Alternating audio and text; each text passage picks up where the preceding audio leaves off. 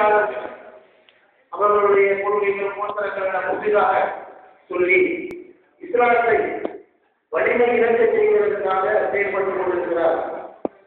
நம்முடைய உண்மையான எதிரிகள் யூதர்கள்.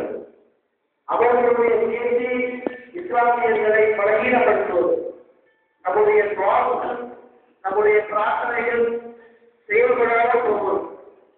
இது இந்த குறிக்கோள்களை கொண்டு யூதர்கள் மிகப்பெரிய முயற்சியை செய்து கொண்டிருக்கிறார்கள். யூதர்கள் அவர்கள் செய்யக்கூடிய செயல்கள், அவர்கள் திட்டமிடக்கூடியவை அனைத்தும் அவர்கள் செய்து முடித்து அந்த அராஜ்ய வளர்ச்சிகள் அவருக்கு ஏற்பட்ட பின்னர்தான் அந்த யூதர்களுடைய நடவடிக்கைகளை அவர்கள் செய்ய வருகிறது. அந்த அளவுக்கு மிகவும் மதிப்பிற்குரியவர்கள், நம்மை விட மிகவும் அறிவியல் என்றே சொல்லலாம். அவர்களுடைய சிந்தனை எல்லாமே முஸ்லிம்களை, உலகத்தில் இருக்கக்கூடிய இஸ்லாமியர்களை எந்த வழியும் திருப்பது, எந்த வழியில் அவர்களுக்கு அடிக்கடி செய்வது என்பதுதான் குறிக்கோள். அவர்கள் ஆழ்ந்து ஆராய்ச்சி பார்க்கும்போது அது யூதர்களுடைய நடவடிக்கையாக இருக்கும். இப்ப இஸ்லாமிய நம்முடைய மாற்றத்தில் குடிகளை உட்புறங்களை ஏற்படுத்துவதற்காகவே இவர்கள் பெரிய முயற்சி செய்து வருகிறார்கள். இப்போது நமது ஏற்படுத்தக்கூடிய இந்த நடவடிக்கைகள் ஒரு சிலருடைய இஸ்லாமிய மாறுபட்ட கருத்துக்களை சொல்லக்கூடிய இவர்களுடைய நடவடிக்கைகள் அனைத்துமே யூதர்களுடைய அடிப்படையில் வந்ததாக சந்தேகப்படக்கூடிய அளவில் இருக்கிறது. ஒருவரை சந்தேகமாக அவர்களை கொண்டுதான் இஸ்லாமிய மதம் பூர்த்தி அடைகிறது, முழுமையாகிறது. அப்படி இருக்கும்போது ஒருவரை சந்தேகம் இல்லாமல் வாய்வாக மட்டும்தான் ஏற்றுக்கொள்கிறார். அது இஸ்லாம் கிடையாது. பாதிக்கும் இஸ்லாம் சேராது. ஒவ்வொரு சரளாக அவர்களாலேயே அல்லாஹ்வுடைய ரசூலுக்கு அல்லாஹ்வுடைய குர்ஆனை பற்றி முழுமையாக தெரிய வந்தது. இந்த நிலையில் ஒவ்வொரு சரளாக அவர்களை ஏற்றுக்கொள்ள மாட்டோம் என்று கூறக்கூடியவர்கள் நிச்சயமாக காட்டுகிறார்கள். முஸ்லிம்களாக ஆகக்கூடாது. ஆகவே பெரிய மதத்தார்களால் அவர்கள் முஸ்லிம்கள் அல்ல என்று தக்வா முடிவு செய்யப்பட்டிருக்கிறார்கள். அப்படிப்பட்டவர்கள் நம்முடைய உலகில் மற்ற ஊர்களில் விட அதிகமாக இருக்கிறார்கள். இருந்தபோது என்னென்ன வழிகளில் இஸ்லாத்திற்கு மாறுபாடாக முறைகேடாக செயல்படக்கூடியவோ செயல்படுகிறார்கள். இது தங்களை பற்றி பெருமையாக செயல்படுவதற்காக செய்து கொண்டு தெரிகிறது. மற்ற ஊர்களில் இன்னும் முறைகள் கிடையாது. இருந்தாலும் அது ஆறுடைய வேறொரு முன்னாடியே வேறொரு நீதிபதிகள். ஆனால் நம்மளுடைய ஊரிலே நாம் கற்றுக்கொள்ளாமல் இருக்கலாம்.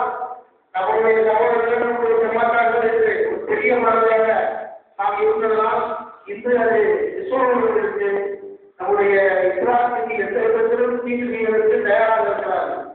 இப்படிப்பட்டவர்களை எப்படியாவது கட்டுப்படுத்த வேண்டும்.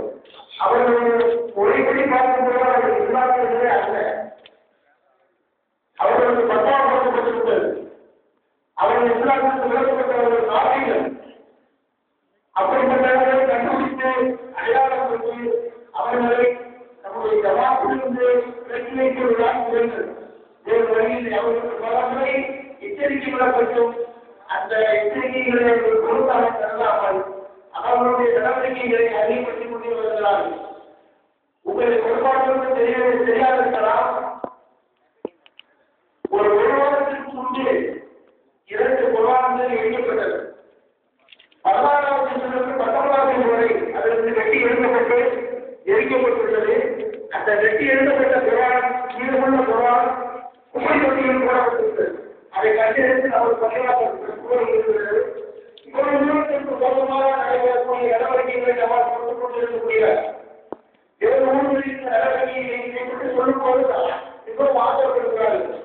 மாற்று சமுதாயத்திற்காக கூட நாம் சோதனை கொடுக்க விடாத ஒரு மரியாதையாக வாழ்கிறார்கள், மரியாதையாக இருக்கிறார்கள். நம்முடைய சமுதாயத்துக்காக நம்முடைய சோதனை நம்பிக்கை தீமைக்கு எழுதி விட்டார்கள், குடும்பத்தையும் போடுவதற்காக அதை யாராலும் ஒத்துக்கொள்ள முடியாது. இவ்வளவு கொடூரமான எதிர்ப்புள்ளவர்களை அவர்கள் ஜமாத்தில் சேர்க்க முடியாது.